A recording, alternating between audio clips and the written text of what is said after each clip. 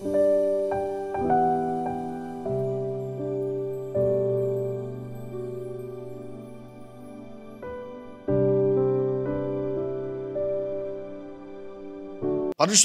ఉండటానికి ప్రయత్నించాలి. ఒకడు తాగిన గ్లాసులోనే తాగడానికి సంశయిస్తావు. ఒకడు భోజనం చేసిన పళ్ళెం కడక్కుంటా అందులో భోజనం పెడితేనే నువ్వు తినవు. This a purify heart, purify thought.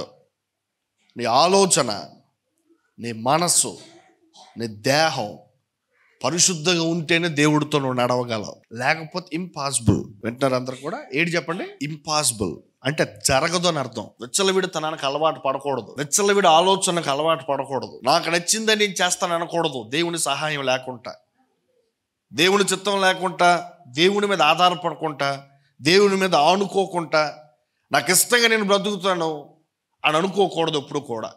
అలా అనుకున్నావంటే అపవాది చొరబాటు ఖచ్చితంగా నీలో కనబడుద్ది. మన జీవితం అనేది పరిశుద్ధ పరచబడకపోతే మన ఆరాధన, మన భక్తి దేవుడికి ఇష్టంగా మారదు. ఆమేన్. వాళ్ళకి ఇష్టంగా మారాలి అంటే మన జీవితం పరిశుద్ధపరచబడాలి. దేవుని స్తోత్రం. ఫస్ట్ ఆఫ్ ఆల్ ఇక్కడ మనం చూస్తే ఏమంటారు రాయబడి ఉందంటే వాక్యాన్ని ఎక్కువగా చదవాలి. వాక్యాన్ని ఎందుకు చదవమంటారు? బైబిల్ని ఎక్కువ చదవమంటారు అంటే, లేక వాక్యాన్ని ఎందుకు ఎక్కువ వినమంటారంటే వర్డ్ ఆఫ్ గాడ్, ఇది దేవుని మాట.